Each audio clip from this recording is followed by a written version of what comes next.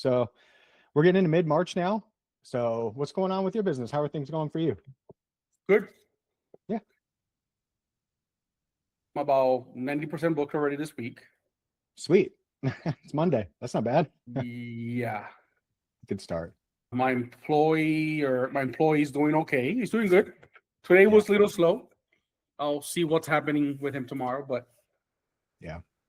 Let's see what else. That's it. Cool. Anything I can help with? If not, I'm playing some ideas, but I think if nobody's here, if it's only us, I'm thinking about, I don't know how well the YouTube is working. Okay. Is there a way to track that? Yeah, absolutely. We can take a closer look at the YouTube specifically and let you know. Because what do you feel like is off? No, because if it's not working, let's just remove it and I'll take that marketing budget and put it someplace else. Okay. Without even looking at it, because I don't want to get into the specific numbers on this since it's video. Yeah. But in general, I wouldn't judge the YouTube campaign in the same way that you judge the search campaigns. That's not really what we use it for. We actually use the YouTube campaign to improve the results on your search campaign. And this is getting into the nitty-gritty of how ads work here. Not really stuff that most people need to know for their business, but I'm just letting you know, there's a reason for the campaign that we run. So the way the YouTube ads work is they're designed to get in front of the people in your market who are warm right now. And they're also designed to remarket to the people who've been on your site recently.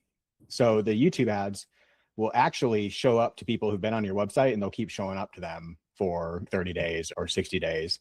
And they'll also show up to people who are maybe in the market for carpet or rug cleaning. They'll show up for them for a little bit. You get a ton of impressions and then views on those ads for that money. So it's like getting to run ads on TV during the commercial breaks of the Today Show. So you're getting that for very cheap. We usually put $5 a day or $10 a day on those campaigns. So it might be like $150, $300 a month. And the whole point of that campaign is really just to improve the brand awareness and the level of consideration that people have for your company. So what we see is when we run a search campaign, we might get a cost per lead of $40, $50.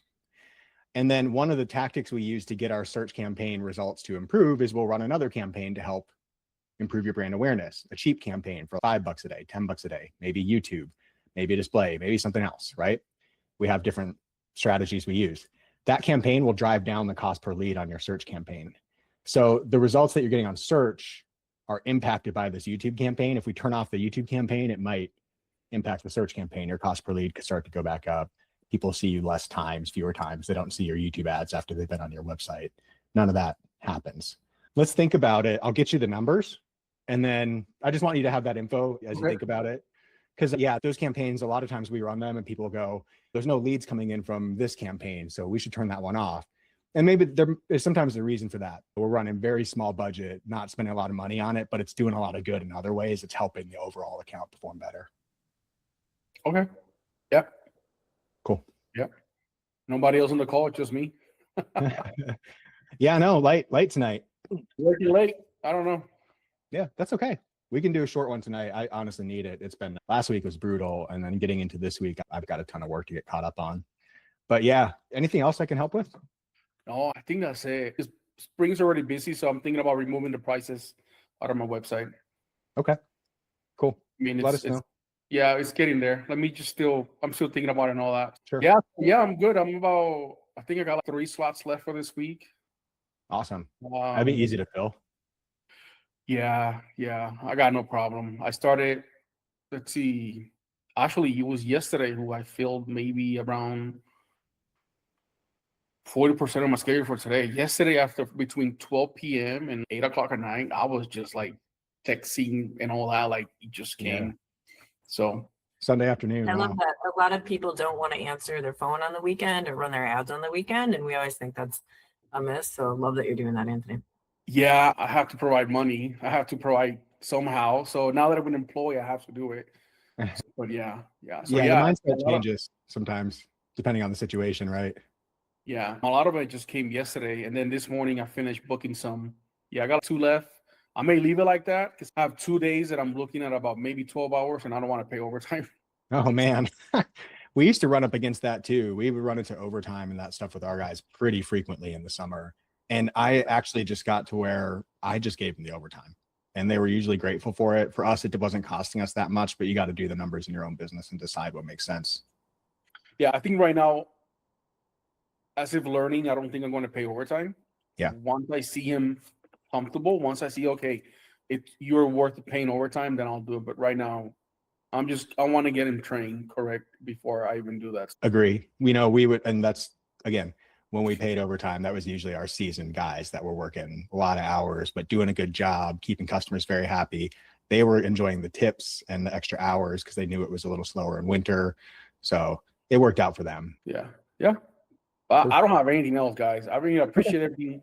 Yeah. What you guys doing is working so far. I'm happy. So just, yeah. Thanks. I appreciate you. No, Well, thank you. the only thing I was going to share today is just that I went to the dentist this morning and it's business as usual. I just got to go for a cleaning checkup, but I was there checking in this morning and they had me sign in the form and they said, do you want to get this new cancer screening while you're here? It's only $29. And they handed me a little pamphlet and a form I could sign if I wanted to do the cancer screening. And I said, sure, why not? What's it hurt? That made me realize how easy it is to put stuff like that in place in your business. If you're still worried about offering other services to your customers, introducing new services, or finding a way to introduce it to them, do it. My dentist, I've been there, I don't know, probably 5-6 times in the last 3 years now, right? Like every 6 months. And every time I go, there's not always something new, but at least twice now, they've offered me something new when I went and I take them up on it sometimes. So come up with new offers for your customers, introduce new services every once in a while. If that's rug cleaning, if it's another service entirely, exterior cleaning services, pressure washing, roof soft washing, whatever you want to get into, right? I don't know what you're into. Some guys are into that kind of stuff, right? So introduce new services in your business, test out new offers. Even if you're just doing carpet and upholstery cleaning, you're focused only on stuff inside the house. You could maybe come up with new offers for that as well, right? Maybe there's a premium package where you throw everything in and provide an extra deodorizer and you do a fabric protector on everything and maybe do the deep scrub or whatever, include any pet treatment needed, whatever it is, right? Create a new package, new offer for folks. That's it. That's what I picked up at the dentist today. Make a new offer to your customers. You might get a yes. They got a yes out of me. It was $29, no big deal. And oh, by the way, literally, if you're wondering what the cancer screening was, they normally do a cancer screening when they are checking your teeth in your mouth, apparently. It's a normal part of most dentist processes. But in this case, they introduced a new light. It was like a UV light that she used to look inside my mouth. And that was like an extra level of detection. It helped her get a better look, I guess. So that was all I paid for, was for her to do the same thing as usual, but with an extra light. I felt like I got value out of it. I know somebody checked me out and she did a thorough job and I don't have cancer in my mouth as of today. Come up with new ways to sell your service. And we used to say this when I had my carpet cleaning company. And listen, I don't mean this, and you can use this, you can take this the wrong way, but sometimes you have to put a little show into your work, what you do for your customers, right? If that means putting on shoe covers or rolling out mats on the floor, covering surfaces while you're working, using corner guards, wearing uniforms, having a zip-up door, doing an extra inspection with a checklist, using a UV light, whatever you have to do to put on the show, right? If that builds value for your customers and makes them feel like you're being detail oriented, you're not going to miss anything, you're taking care of everything that's needed for them, that builds value for your customers. Don't be afraid to put on the show, to build that into your process.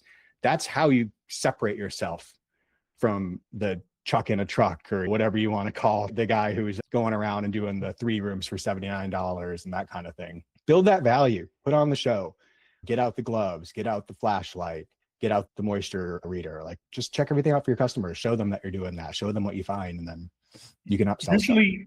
Usually this is my process. Yeah. First thing I go with the black light. I do, what's that? I'm like, we have pets. I got to make sure that.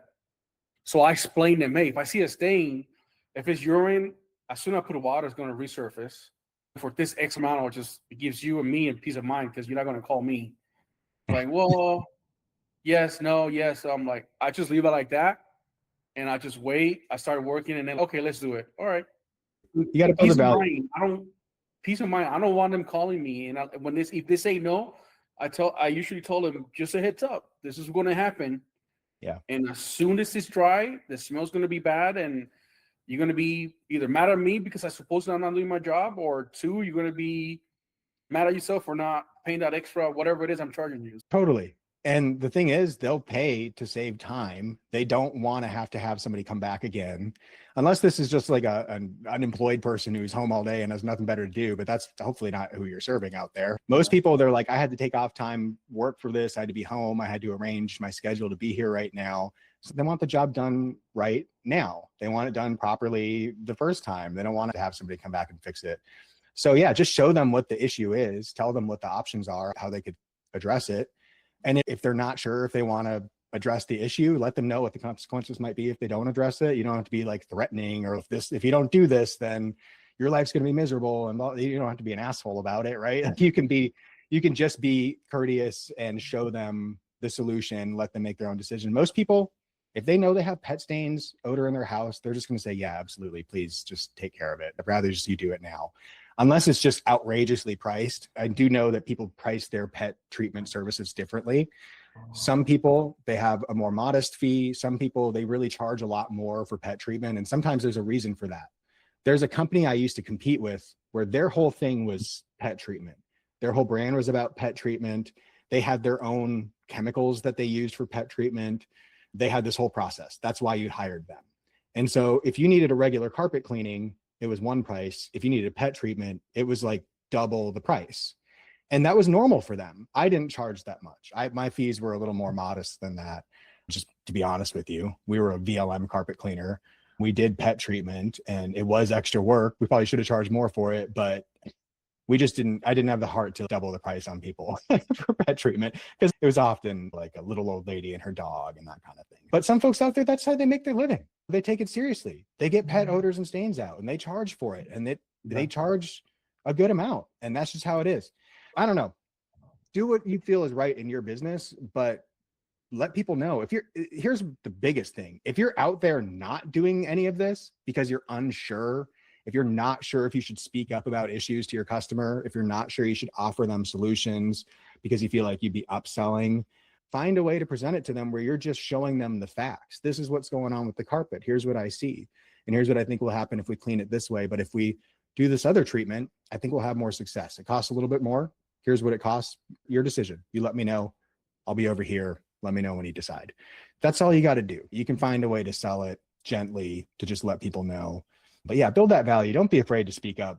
The guys who come in and they do a splash and dash and they don't say anything to the customers about the real problems going on in the carpet, they just gloss over the issue and get out of there as fast as possible.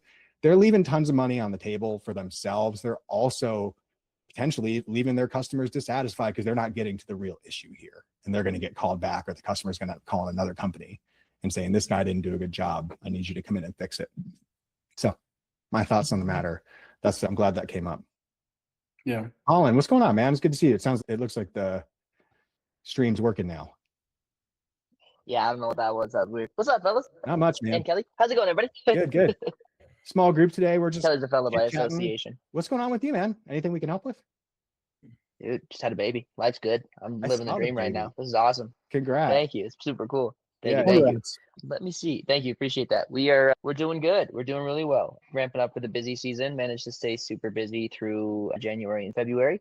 Awesome. So that's super stoked. I am trying to think. We're breaking out some CRBs. They're in transit right now. So those are going to be nice for other surfaces, because a floor buffer on a hardwood floor is just a nightmare to me. It's just, I just get so much freaking anxiety. But a nice soft brush, that makes me feel good about it. But I like the thought I'd check CRBs. in. I always wanted to try those as the pre-scrub. So obviously I own the same franchise that you do. So we use the same method. And I always used our floor buffer, our Sair buffer, the Oryx little buffer. I would use that for pre-scrubbing because we didn't have a CRB. We really should have gotten a CRB. I bet that does a much better job. I'm stoked. I'm excited. But questions wise, concerns? No, I just got to check in, see what you guys are talking about. I feel like we're on a good trajectory, giving a good pace and things. Good. A CRB for hardwood floors? Yeah, you They can have CRB. interchangeable brushes on the bottom. They can be swapped out for different surfaces. So there's a hard brush for like tile and grout, and technically cement. I don't think I'll do that because that's outside my wheelhouse. But yeah, they have a really soft brush that can be used for like laminate as well as hardwood floors and more ornate rugs. So you're not doing as much heavy agitation, not risking any type of damage on the actual fibers itself. So I didn't know that until 2 months ago, and then put it in order. So I'm an easy sell apparently. Nice. But That sounds cool.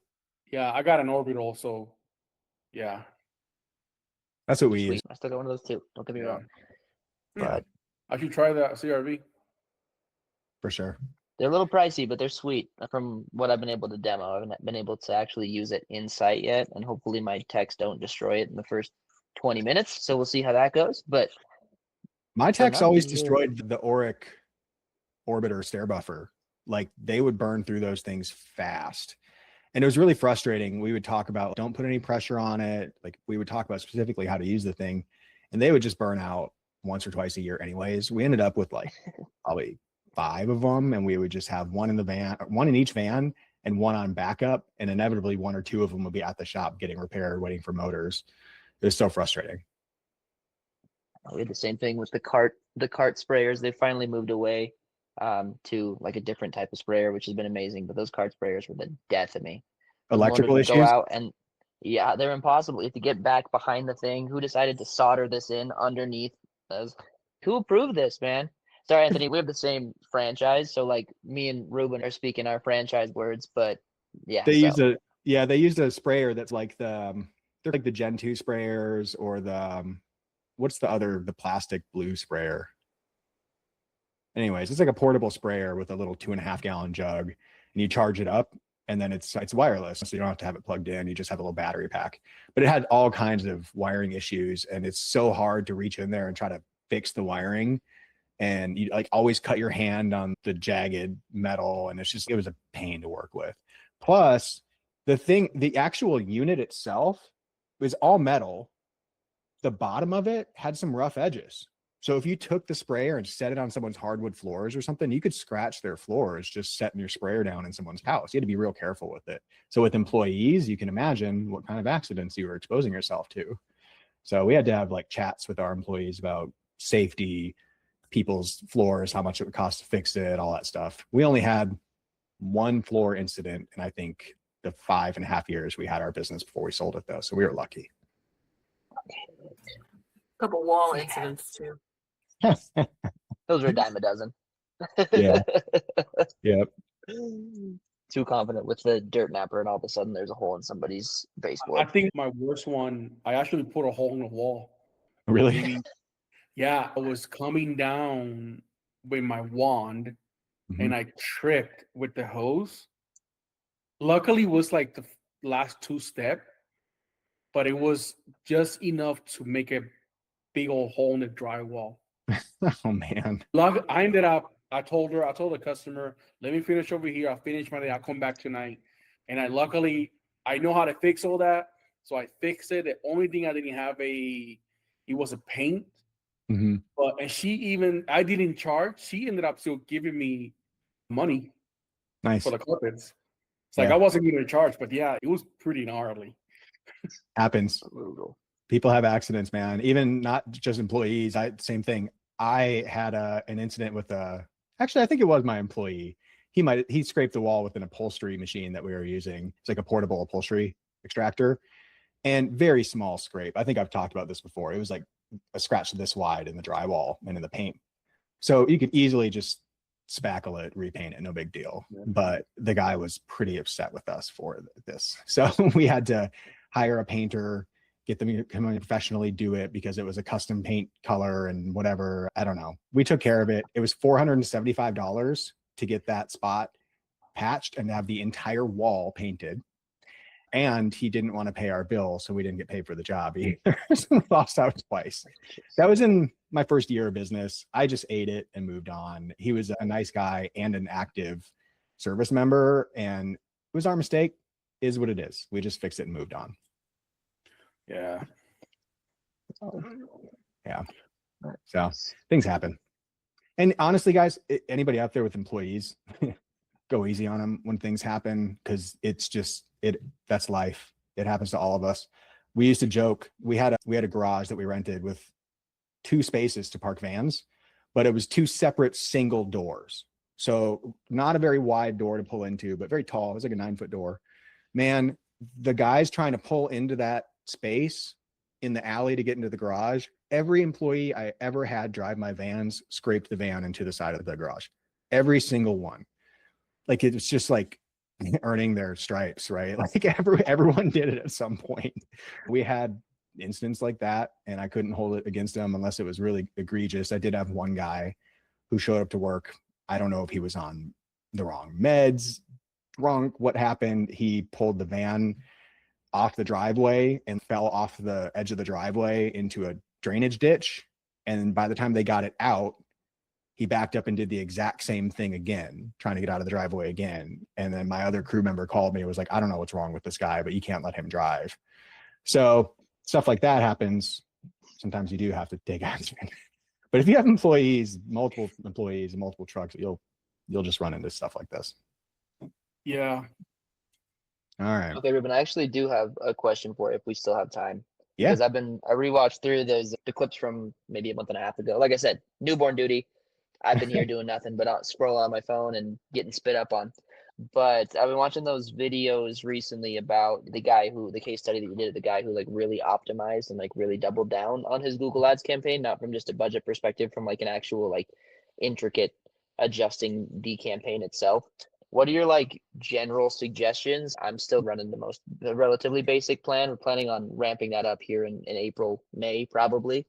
What was effective? Is it more media? Is it actual wording? Are we like pricing? What's been the best kind of general rule of thumb? So our campaigns will grow over time. Actually, we were discussing this right before you got on. So YouTube campaigns is one way that we expand the account as we grow it. So we'll start with usually a search campaign on day one. Sometimes we start with search and something else, but we'll optimize the campaign by trying to get you more reach in your local area wherever we can get it. If we can do it with search, if there's still plenty of people searching for these services, carpet, upholstery cleaning, rug cleaning, whatever you're bidding on, if there's still plenty of room for you to buy those terms, then we'll keep doing that until you reach the point where you're like the highest bidder in your area. You're showing up more than everybody else. And it wouldn't make sense for us to keep spending on that because you would just be throwing money into a hole. And we have there's metrics that help us decide whether you're at that point or not. So we can go through that with you on your specific account. Once we look at that, if we decide that we are to the point where we shouldn't spend anymore because there's no more searches, then we definitely want to start spending more on either other types of keywords for other services. So it's time to roll out other services, or we can start to spend on more media, right? Like more YouTube ads, more display. There's other types of ads that you can run, like Gmail ads. There's other placements Google can get you. We can run all of those for you. We can run them for each of your services. You can grow the budget as big as you want, but I don't recommend spending a ton of money on that kind of stuff. So like we might spend between $300 and maybe $1,000 a month on that type of stuff. It's really just to grow awareness for you, to keep you in front of people, to keep you in front of the hottest prospects in your market. So I was saying earlier, it's like Stanley Steamer runs daytime TV ads. They show up in between on every commercial break between all the shows all day long, ABC, NBC, all those channels.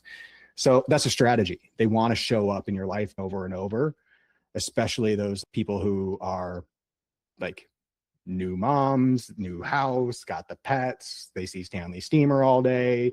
The pet's made an accident on the carpet and they're like, who am I going to call? Stanley Steamer. That's the whole strategy. You can do the same thing with online media, with digital media. You could do it with Facebook, but more importantly, you can do it with YouTube, which I think is really powerful. You can just show up over and over in your area with YouTube ads. You could get creative with those ads, right? So if you start to spend more money, you might want to make your ads better. You could start out with something basic, like just video clips of you cleaning. Maybe you could actually shoot a 30-second commercial, right? Where you say something about your service and have a call to action, call us for a free estimate. But then you could get even deeper. Some people go full creator mode where they're like, hey, I'm going to go in and show you this house that we're cleaning in New Berlin, Wisconsin. They're doing the carpet and the upholstery today. So we're doing a sectional downstairs and I'll show you the carpet we're cleaning upstairs in the bedrooms. Let's go check it out. And then they go do a walkthrough of the house really quick. I have a few customers who do that kind of stuff. You can take that and run it as YouTube ads. And the cool thing is those ads, YouTube ads, they show up not just on smartphones, not on tablets and computers. They also show up on a lot of TV screens. We can specifically put you on TV screens if that's what you want. So many people have YouTube TV or just watch YouTube on the YouTube app on their TV. I do all the time. It's constantly on in my house. So that's a really great way to reach people. That's a good way for us to expand your account over time, is to start to show more of your services to more people through those kind of channels. So let's talk about services. Let's talk about where your budget's taking you so far, what services we're advertising, and then what kind of media assets we could promote for you, whether that's videos or pictures or whatever. That's how we would grow your media plan on Google. The next step after that is if you want to do Facebook too, we can turn on Facebook. We have clients that run both. We have a couple clients that, just to give folks inspiration maybe, and this isn't possible in all areas, we have a couple clients that spend north of $10,000 a month on Google and Facebook ads for their carpet cleaning business between the two channels. You can spend that kind of money on those two channels for your company. So don't think that there's a low limit to what you could do here. You could keep spending. You could put a couple grand on Facebook, a couple grand on Google, and bring in a ton of customers and just be everywhere. It's a great strategy. So let me know how far you want to take it. Let's look at your personal situation and we'll tailor something to you. Cool. As thorough as you could be. Yeah, it's weird to get jump scared by my own self on my own phone. That's random. I'm watching some random stupid 2 a.m. YouTube video because, again, he's awake. I'm doing whatever. And then, hey, it's calling Heaven's Best. What in the world? This is such a trip. Like, yeah. gosh, you should have shaved that day. What was that guy doing? But I love that. no, I so weird. actually complain all the time. Kelly and I watch YouTube on our TV here. And every time I log into YouTube, I see my own ads. I should block myself, but because I run ads for a couple of different things, right? But I see multiple of my own ads. I'll see ads for all the offers I'm running. And it's frustrating for me sometimes because I'm like, I'm tired of seeing myself on TV, but I'm also glad they're working. So it's I talked to another guy very double-edged sword. Yeah. I talked to another guy who owns a marketing agency recently, and he was laughing. He said, I went to your website and now I can't get away from you. You just keep showing up everywhere. You're on my YouTube, you're on my Facebook, everywhere. I can't get away from you. You can do that for your cleaning business too. It's a good strategy. Your customers will see you everywhere. One of my favorite things, this is my favorite thing about running YouTube ads and Facebook ads for people. Last week, we turned on Facebook ads for somebody. And in the first 45 minutes those ads were on, we got a text from our client that said, hey, I just saw my ad on Facebook. It looks awesome. A lot of other times we put on YouTube ads or those kinds of things. We have remarketing campaigns that we run for people. I love when they text us or email us and say, hey, I keep seeing my ads. They'll send us screenshots of them. I love that because you're not the only person seeing them. Your customers are seeing those too. You're showing up over and over. And when you see the low cost of those type of ads, it's even more exciting because I can afford to do this all day long. If it only costs me $150 or $300 to stay in front of my customers over and over, man, why would I not do that? Every person who comes to my website is going to keep seeing me until they request a quote. It's awesome. Cool. All right. If there's nothing else, I don't have a lot else to go over today. Oh, you did bring up a good topic. I'll say this before we end it. We record all these calls. I always post these in the client portal. So I want everybody to be able to find the recordings there. I've gone back and forth on whether these calls should be for clients only, for anybody who wants to join. I actually used to do these just for anybody who wants to join. And that was fun because we always had people on with a ton of questions and like we could cover a lot of ground, right? You guys are more seasoned business owners. You already have a lot of stuff figured out. Now you're trying to figure out how to optimize and scale. When we had a lot of beginners on the call, we got a ton of kind of the beginner questions, which was good. But I've cut it back now to just clients. Now we just have clients who are on the call. And man, I've been wondering again if we shouldn't make these calls like more available. So what I started doing is I'll cut up clips from these and I'll share some of the best tips and stuff like on YouTube and Facebook just to try to help other people. Because our mission here is to help as many cleaners as possible, book as many jobs as possible. I can't work with everybody directly. It's just not realistic. So I try to put out as much content as possible just so that people can like see what's working and hear what other cleaners are doing with their companies. I may make these calls publicly available for more people in the future again, and invite more people to them. I'm not sure. For right now, they're still clients only. But yeah, just to anybody who's on these calls, be aware. We do record them. We will share the clips. When I share clips publicly, I try to be delicate, and my team tries to be delicate with things that you share, so that if you say anything that is just may have negative consequences or just personal numbers or stuff that you wouldn't really want out there, we try not to share that kind of stuff. So just know that we do go through and make decisions about what's okay to share. Not trying to just air all your issues and that kind of stuff. Yeah, So what's if I going on, start Anthony? talking crap on Stanley Steamer and Kevin Dry right now, you'll look the other way. It won't get made No, public, is I what you're don't saying. work with either of them. I don't work with either of Oh, them, sweet. so that's fair game right now. Oh, heck yeah. I'm joking. Go ahead, Anthony. My opinion, once again, if that helps you on a long term, opening to the public, get more customers, I don't see why not. Thank you. I just did, and the reason why I bring this up too, because last week with my new guy, this old lady, I knew she was heck old. She was at least 80. She called saying, "Hey, I got a dining chair that my dog got mud and all that." And I hear her voice. I'm like, I can't. I'm like, you know what? Just for me to go, I told her the amount, but give me a second. I think if I see where you at, I can swing by. And literally, she was only 4 minutes away from where I was. Oh, wow. So I told her, just let me finish over here, half hour, I'll be right there. And I cleaned it for free. She Nice. gave us $20, not a big deal, but she referred me 2 people. Hey, there you go. Good So, deal. Yeah. so Absolutely, man. once again, if it benefits your company, I don't see why not. But if it gets to the point where it's not really helping at all, just turn it off. Yeah. Yeah. I've gone back and forth on it, honestly. Just want to help as many people as possible. But the other thing is I do these calls mostly during the winter and into the spring a little bit. In the summer, consistently, we've dropped off from doing them because nobody shows up. People get busy and they got better stuff to do. There's no reason. It's funny. Summer's busy season for our clients. It ends up being slow season for us in a way, because we just hear from you guys less often. There's fewer like issues and people are just cruising, right? They're just booking jobs and it's good. I don't know. In the summer, we can keep doing these, but we'll check on attendance and we'll make moves. But what I usually do is I'll stop in the summer. If people stop showing up, I'll just quit for a couple of weeks and then I'll pick it back up again a couple of weeks later. But I do these mostly just to help people talk about common issues. The funny thing is, anytime you're dealing with an issue in your business, I've almost certainly talked to somebody else about that exact same issue in the last 30 days.